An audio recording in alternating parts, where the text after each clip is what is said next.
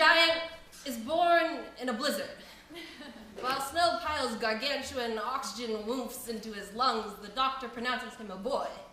And nothing seems suspect, not until later, when Mom and Dad realize that they can measure their baby lengthening in inches per week. Jeffrey grows.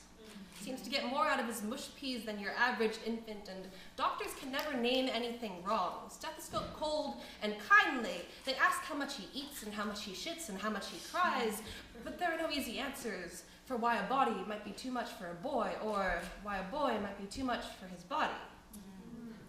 Does his soul scratch at the soles of his feet and implore his legs to grow longer? Are there weights pulling at the tips of his fingers, or a god that is stretching his spine? Does he want to be bigger than he is?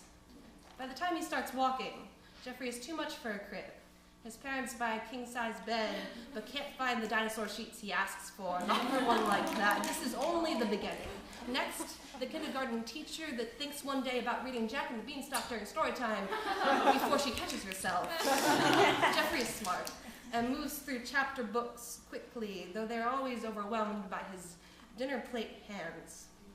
By 5th grade, he is 7 feet tall. His mother dresses him in bright striped shirts, jeans, Reeboks, dreads the day he is too big to wear anything you can buy in a store, always hopes that her 11-year-old won't be mistaken for a man. The cruelest kid slipped notes in his backpack that read, fee, fi, fo, fum, until he starts humming it at recess just to screw with him. He takes memorizing capitals. The capital of Hungary is Budapest. The capital of Vietnam is Hanoi. The capital of Mongolia is Ulaanbaatar. His first kiss is named Molly. She plays violin and has the heart of a lion, and it happened on her porch steps while her father sat panicked inside.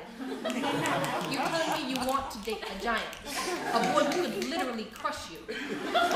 Later, she tells him it was sweet, but too strange to continue, and Jeffrey thinks to himself, who in this situation is crushed now, really?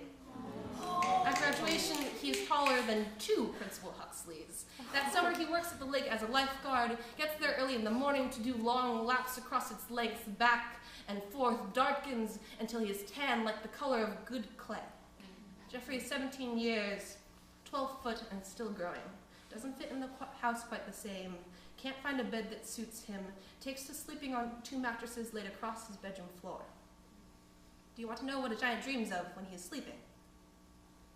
He dreams that he is growing, that he can watch his sternum unfold like an accordion, can feel the groundswell of blood in his veins, can command the cells in his skin to divide, can command the cells in his skin like armies, divide. In his dreams, his body grows because he asks it to. Jeffrey will be 18 in December and feels that a man should be at peace with his muscles and limbs, that a man should know this thing that makes him giant is the best and hardest thing to love.